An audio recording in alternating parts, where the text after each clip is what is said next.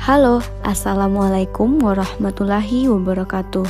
Perkenalkan, nama saya Pupung Apeden Pulanda dengan NIM 2000967 dari kelas 2B Manajemen Operasi. Pada kesempatan kali ini, saya akan menjelaskan mengenai jenis-jenis tata letak pada manajemen operasi.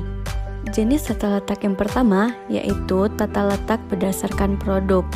Tata letak berdasarkan produk merupakan jenis tata letak yang berkaitan dengan proses produksi. Jenis tata letak ini diusahakan untuk memanfaatkan secara maksimal atas kinerja karyawan dan kinerja mesin-mesin produksi yang berulang dan berkelanjutan. Berikut adalah contoh dari tata letak berdasarkan produk.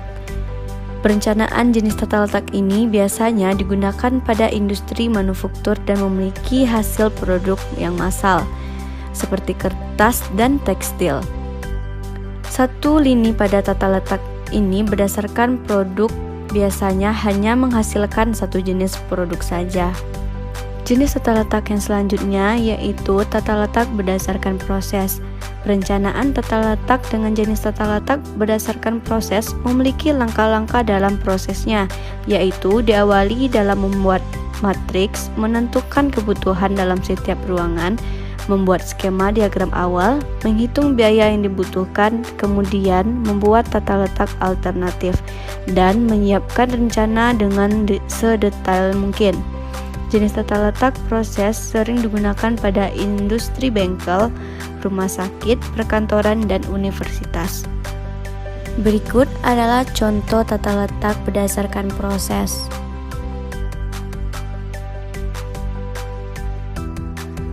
Selanjutnya yaitu tata letak posisi tetap.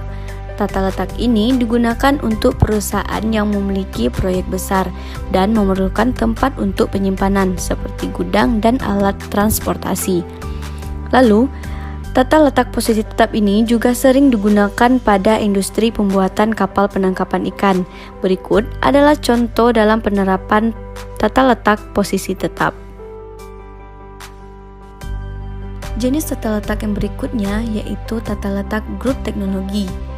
Tata letak jenis ini yaitu mengelompokkan produk atau jenis komponen yang dibuat berdasarkan kesamaan dalam prosesnya, karena setiap produk cenderung memiliki proses yang sama.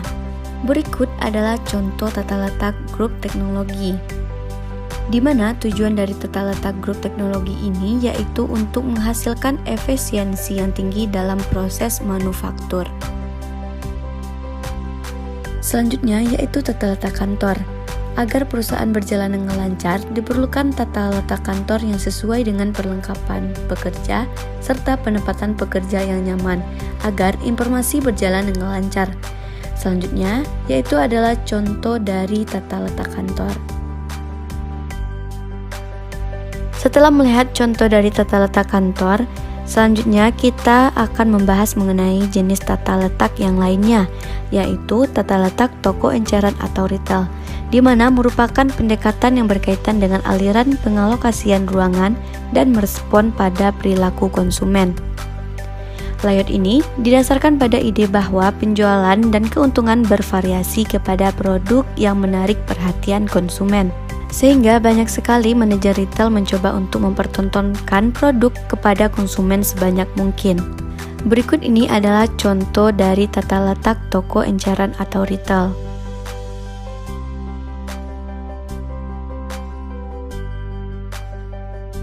Jenis tata letak yang terakhir yaitu tata letak gedung dan penyimpanan, di mana tujuan dari tata letak gudang dan penyimpanan ini adalah untuk menemukan titik optimal antara biaya penanganan bahan dan biaya-biaya yang berkaitan dengan luas ruangan dalam gedung. Biaya-biaya ini biasanya meliputi biaya peralatan, biaya pengawasan, biaya asuransi, dan penyusutan. Berikut adalah contoh dari penerapan tata letak gedung dan penyimpanan.